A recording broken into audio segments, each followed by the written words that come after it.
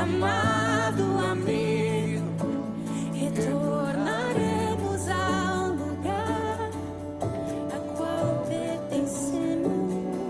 Sim, nós iremos. Amado amigo. A pregação dela veio para ela. Cuidado com o que você prega. Pai, nós abençoamos, Pai, a vida da Larissa, abençoamos, Pai, o coração da mente da tua filha, e que ela seja um canal, Senhor, para compartilhar o teu coração conosco nessa manhã. Em nome de Jesus, nós abençoamos toda a casa dela, Senhor. Amém. Amém. Bom dia, igreja. Hoje eu vou falar sobre uma coisa que eu particularmente gosto muito. Então, acho que eu não estou tão desconfortável por isso, que é oração, né? E vem aqui as cartas pereçadas, que eu gosto de estar aqui, as irmãs têm se reunido. Tem sido um tempo muito bom para a gente. Eu recomendo que quem não veio ainda, venha estar com a gente, porque Amém. o Senhor ele tem se revelado de forma muito profunda e muito clara. A cada quarta-feira que a gente se reúne, a gente vê conferindo. Eu sou da igreja de Nova Campinas, e aí a irmã de Santa Cruz está falando a mesma coisa que eu, e o Senhor ele vem conferindo entre nós aquilo que ele tem feito no nosso meio. Eu queria começar aqui pelo clássico, né? Mateus 6, a partir do versículo 5, diz assim: E quando orares, não sereis como os hipócritas, porque gostam de orar em pé, nas sinagogas e nos cantos das praças, para serem vistos dos homens. Em verdade vos digo que eles já receberam a recompensa. Tu, porém, quando orares, entra no teu quarto, e, fechada a porta, orarás a teu Pai, que está em secreto, e teu Pai, que vem em secreto, te recompensará. E orando, não useis de vãs repetições como os gentios, porque presumem que pelo muito falar serão ouvidos. Não vos assemelheis, pois, a eles, porque Deus, o vosso Pai, sabe o que tendes necessidade antes que vos peçais. Portanto, vós orais assim: Pai nosso que estás no céu, santificado seja o teu nome. Venha o teu reino, faça a tua vontade, assim na terra como no céu. O pão nosso de cada dia nos dai hoje, e perdoai-nos as nossas dívidas, assim como nós temos perdoado os nossos devedores. E não nos deixei cair em tentação, mas livra-nos do mal, pois teu é o reino, o poder e a glória para sempre. Amém. Senhor, eu gostaria de te agradecer, Pai, pela oportunidade de estar aqui com os irmãos, Senhor, aprendendo de Ti, Pai, desfrutando da Tua presença, Pai. Que seja clara hoje, Pai, essa mensagem, Senhor, acerca da Tua palavra, Deus, acerca do Teu reino, Senhor. Eu te peço, Deus, lança fora toda distração, Deus, todo nervosismo, Pai, inclusive o meu, e leva-nos, Pai, à compreensão daquilo que o Senhor quer comunicar essa manhã, Deus, em nome de Jesus. Irmãos, eu queria começar frisando aqui, versículo 6.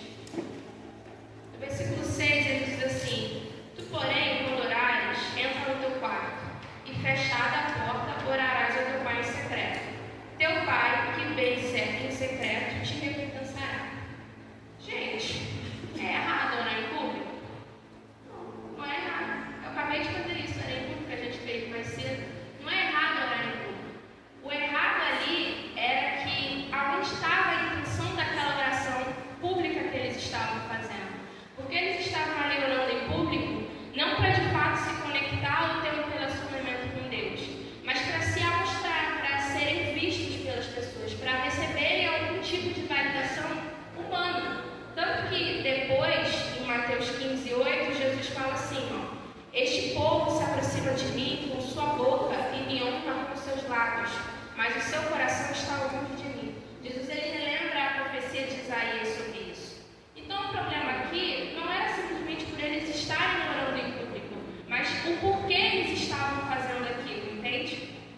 E aí eu queria abrir um pouco esse tema aqui, que Jesus fala, né, sobre a intenção, mas ainda nessa intenção, mesmo que eu esteja orando aqui em público sem a intenção de ser validada ou sem querer chamar a atenção, faz sentido a gente orar ao Senhor somente em público? Somente no domingo, somente na terça-feira ou somente na quarta-feira quando a gente se reúne aqui? Não faz sentido, porque o Senhor ele busca muito mais do que apenas o que nós falamos para Ele, mas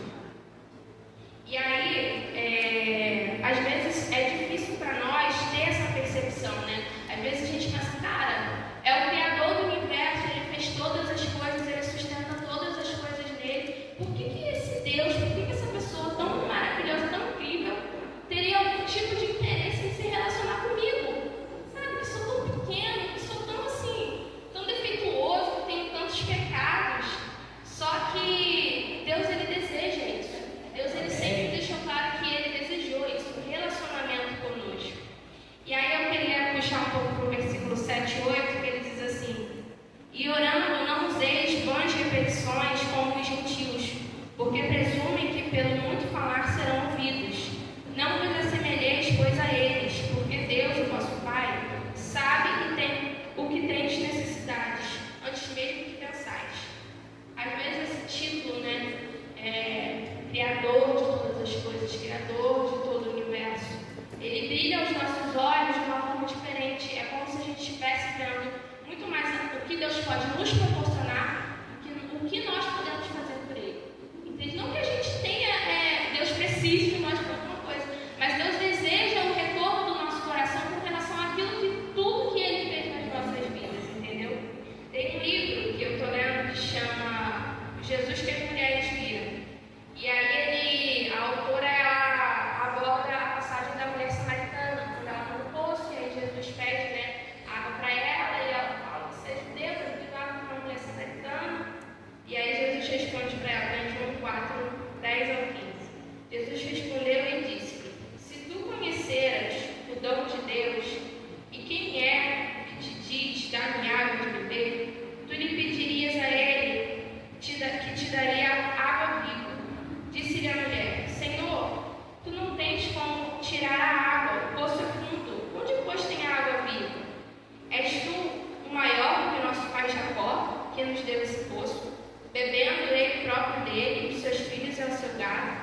Jesus respondeu e disse: qualquer que beber desta água tornará a ter sede, mas aquele que beber da água que eu lhe der nunca terá sede, porque a água que eu lhe der se fará dele uma fonte de água que salte para a vida eterna.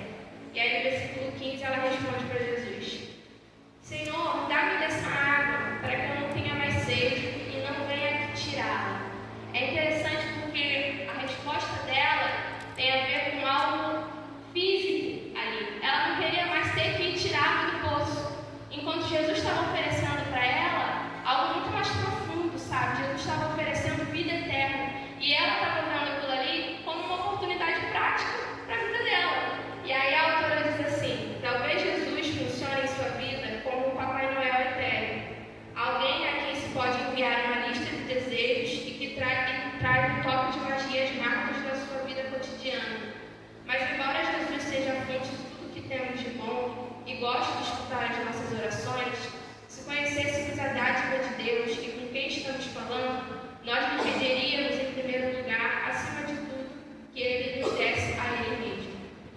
E por muito tempo, a igreja, e eu sei porque eu já visitei algumas igrejas, teve esse costume de olhar o Senhor, de olhar para Deus, para Jesus, como um realizador de sonhos, sabe? Como se Deus ele estivesse lá em cima, simplesmente para fazer com que as nossas vidas fossem confortáveis, com que a gente tivesse saúde, com que a gente tivesse uma boa casa, um bom carro, que os nossos filhos tenham saúde. E Deus, sinceramente falando, Ele não está lá para isso, sabe? E eu estava até conversando com um amigo meu sobre teologia da prosperidade essa semana, e eu falei para ele assim: cara, Jesus não morreu na cruz para você ter um HB20. E assim, não, você pode ter, entendeu? Não, Deus ele pode te dar, mas esse não é o objetivo final de Cristo. Entende? Desde o Antigo Testamento, o Senhor ele vem falando o que ele deseja. Em Êxodo 29, 45, 46, ele diz: e habitarei no meio dos meus filhos de Israel, e lhes serei o seu Deus, e saberão que eu sou o Senhor, o seu Deus, e que tenho tirado da terra para habitar no meio deles. Eu sou o Senhor, o seu Deus. Em Jeremias 31, 33, ele vai dizer: mas esta é a aliança que farei com a casa de Israel, depois daqueles dias. Porei a minha lei no seu interior, escreverei no seu coração, e eu serei o seu Deus, e eles serão o meu povo. Então, assim, o Senhor diz o que Ele quer. Ele quer ser o nosso Deus, Ele quer que nós sejamos o seu povo. Deus, Ele deseja um relacionamento intenso com o seu povo. Deus, Ele deseja habitar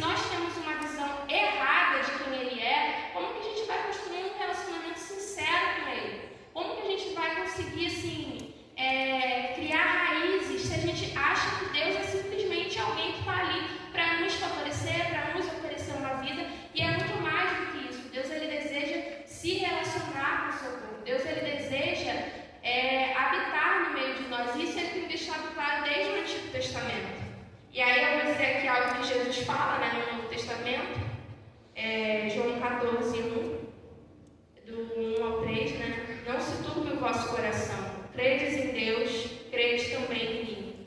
Na casa de meu Pai há muitas moradas. Se não fosse assim, eu vos teria dito, vou preparar-vos um lugar. E quando eu for e vos preparar um lugar, virei outra vez e vos levarei para mim mesmo, para que onde eu estiver, estejais vós também. Então, é muito profundo, sabe? Aquilo que Jesus, ele propõe aqui, que Deus quer desde o início, sabe? Eu lembro de uma pregação do Antônio que ele falou sobre esse versículo, né? Vou preparar para um lugar. Mas para onde Jesus estava indo naquele momento? Ele estava indo para a cruz. Então foi preciso que ele passasse pela cruz, por todo aquele sofrimento, por toda aquela humilhação, para que ele nos preparasse um lugar. E ele não poupou esforços para isso, sabe? Então, assim, a gente precisa entender no lugar da oração quem o Senhor é. Para que o Senhor está ali? Quais são os sonhos de Deus? Quais são os objetivos de Deus? Antes mesmo de pensar em levar para o Senhor, quais são os nossos? Porque se a gente entende que o Senhor é Pai, que o Senhor é provedor, que o Senhor quer o nosso bem, que o Senhor nos ama a ponto de enfrentar uma cruz, a gente sabe que o Senhor vai derramar sobre nós aquilo que Ele entende que é bom para nós. Entende? Jesus, ele fala aqui, não vos assemelheis, porque o Deus, vosso Pai, sabe o que tendes necessidade antes que lhe pedires. Isso não quer dizer, gente, que a gente não vai conversar com o Senhor, que a gente não vai dizer, olha, Senhor, eu queria esse emprego, olha, Senhor, eu não queria mais isso acontecendo na minha casa, Senhor, o Senhor abençoe meus filhos. Isso não, gente, isso é relacionamento. Quando você conversa com um amigo seu, você também compartilha do seu coração, dos seus desejos, daquilo que você gosta, daquilo que você não gosta, não tem problema. Só que o foco é que a gente não leve para o Senhor essas coisas como a principal prioridade. Porque a principal prioridade é que o Senhor se comunique conosco, que nós nos comunicamos com o Senhor e que a gente tenha em mente, o Senhor deseja habitar no nosso meio. Essa precisa ser a nossa maior prioridade, entende? E não quer dizer que Deus não vai dar, gente. Ele pode dar, só que Ele não tem obrigação nenhuma de fazer isso. Porque tudo aquilo que Ele tinha, Ele nos entregou. Ele nos entregou o seu Filho. Se você perguntar para qualquer pai aqui, mãe, se eles teriam coragem de fazer isso, não vou nem falar pelo mundo todo, mas por essa igreja, acho muito difícil que a resposta fosse sim. E o Senhor entregou seu Filho para o mundo inteiro, sabe? Pessoas que não eram merecedoras. E diferente dos nossos filhos, né? Eu não tenho filho, mas os filhos de vocês são imperfeitos, sabe? São às vezes teimosos. Jesus, ele era perfeito em tudo. E mesmo assim o Senhor o entregou por nós que somos tão imperfeitos, sabe? Então, assim, que quando a gente chegue no momento da oração, eu não quero aqui dizer, gente, que existe um jeito certo e um jeito errado de orar, não, jamais. Acho que a gente, falando com o Senhor no trabalho, lavando uma louça, liga no telefone, ora com sua amiga, aí de chamada de vídeo, e aqui na quarta-feira, aí na sua casa, de manhã e de noite, a gente precisa se comunicar com o Senhor, mas que a gente tenha a consciência de quem o Senhor é quando a gente for fazer isso, porque isso vai nos ajudar a construir um relacionamento sincero com Ele, com quem Ele realmente é, e não com a versão que nós criamos dele, baseado em expectativas humanas, baseado em coisas que por muito tempo foi falado, né, que o Senhor está ali para ser um realizador de sonhos, e essa não é a realidade. O Senhor, ele é sim abençoador, o Senhor pode sim realizar sonhos, mas o verdadeiro desejo dele desde o início sempre foi habitar conosco. Então que a presença dele nos baste, sabe? Que a gente não precise dia a dia ficar insistindo, não, se o Senhor não me der isso é porque o Senhor me ama. Não, se aconteceu isso na minha vida é porque o Senhor não está muito nem aí para mim. Não, gente, não. Entendeu? O Senhor, ele está muito além de tudo isso. E a gente precisa entender isso também no momento da oração, porque isso vai diferenciar o nosso relacionamento com Ele, sabe? Isso vai fazer com que a gente crie raízes mais profundas com Ele, entendeu? E eu queria... Gente, eu sou muito breve, tá? Eu queria ler aqui João 15, do 12 ao 17. O meu mandamento é este, que vos ameis uns aos outros, assim como eu vos amei. Ninguém tem maior amor do que este, de dar a alguém a sua vida pelos seus amigos. Vós sereis meus amigos se fizeste o que vos mando. Já não vos chamareis de servos, porque o servo não sabe o que faz o seu senhor, mas tenho-vos chamado de amigos, porque tudo quanto ouvi de meu Pai vos tenho feito conhecer. Não me escolhestes vós a mim, mas eu vos escolhi a vós. Eu vos nomeei, para que vades e dei frutos, e o vosso fruto permaneça, a fim de que todo quanto em meu nome pedirdes ao Pai, Ele vos conceda. Isto vos mando, que vos ameis uns aos outros. Então, assim, é uma questão, né? Nós estamos, assim, sendo amigos de Deus, de Jesus. Nós estamos ouvindo aquilo que Ele tem comunicado. Nós estamos, semana a semana, nos sentamos na presença dEle e falamos para Deus o que nós queremos, nós falamos para Deus quais são os nossos planos, nós falamos para Deus a nossa agenda, e a gente nem sequer espera 5 minutos em silêncio para saber, Senhor, o que o Senhor quer? Senhor, o que o Senhor quer comunicar? Sabe, eu assisti um documentário, o Marcos sempre recomenda muito lá do canal, Canal Fugida, né? E as senhorinhas, elas falam, né? Às vezes a gente vai para a presença do Senhor, a gente fala, e a gente não para 1 minuto para entender ou para ouvir, Senhor, o que o Senhor quer? Porque a gente, o Senhor fala. O Senhor, Ele sopra nos nossos ouvidos, o Senhor nos versículos, nos dá músicas. Nós temos parado para isso? Tem uma outra senhorinha que ela fala assim, toda vez que eu ia para a presença do Senhor, eu só ia chorando, eu só ia me lamentando, eu só ia, né, fazendo esse tipo de coisa. E uma vez o Senhor me perguntou, será possível que você só consegue estar na minha presença chorando? E ela entendeu, ela falou, não, eu tenho que conversar com o Senhor quando eu estou alegre também. E ela até fala assim, eu tenho que contar piadas também para o Senhor rir, e eu tenho que rir junto com o Senhor, porque, gente, o Senhor é uma pessoa, sabe? Com que amigo seu que você manda mensagem somente para contar coisa ruim, gente? Eu quero esse amigo longe de mim. Sinceramente, eu não quero uma amizade com esse tipo de pessoa.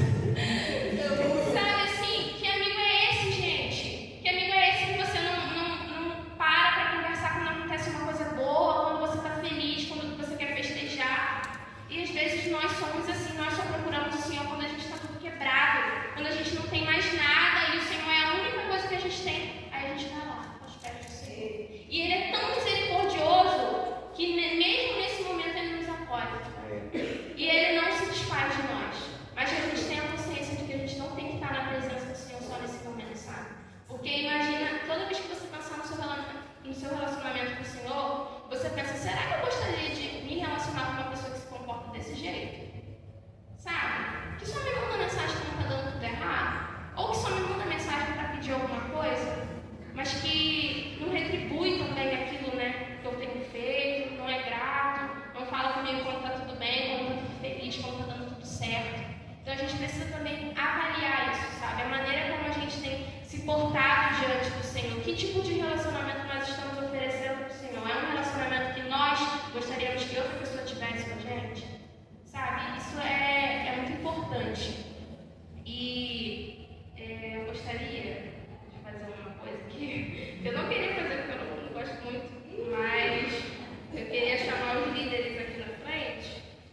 O Senhor botou essa ideia na minha cabeça, e aí teve um dia que a Tainá falou assim, eu vou orar aqui pro Senhor. Aí eu falei, cara, para de subir o sarrafo. Glória a Deus.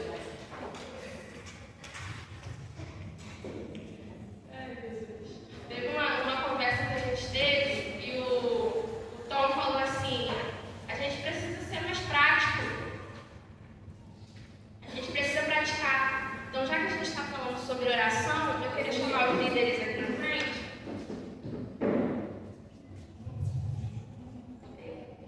Vem, Camille. Vem, Tom. Vem, Nina. Não tem líder nessa igreja não, gente, pelo amor de Deus. Bora, Douglas!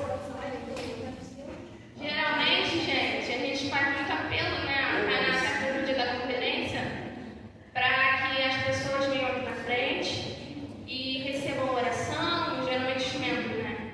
Mas eu quis chamar os líderes porque Jesus fala, né, que nós somos amigos, Jesus fala que nós temos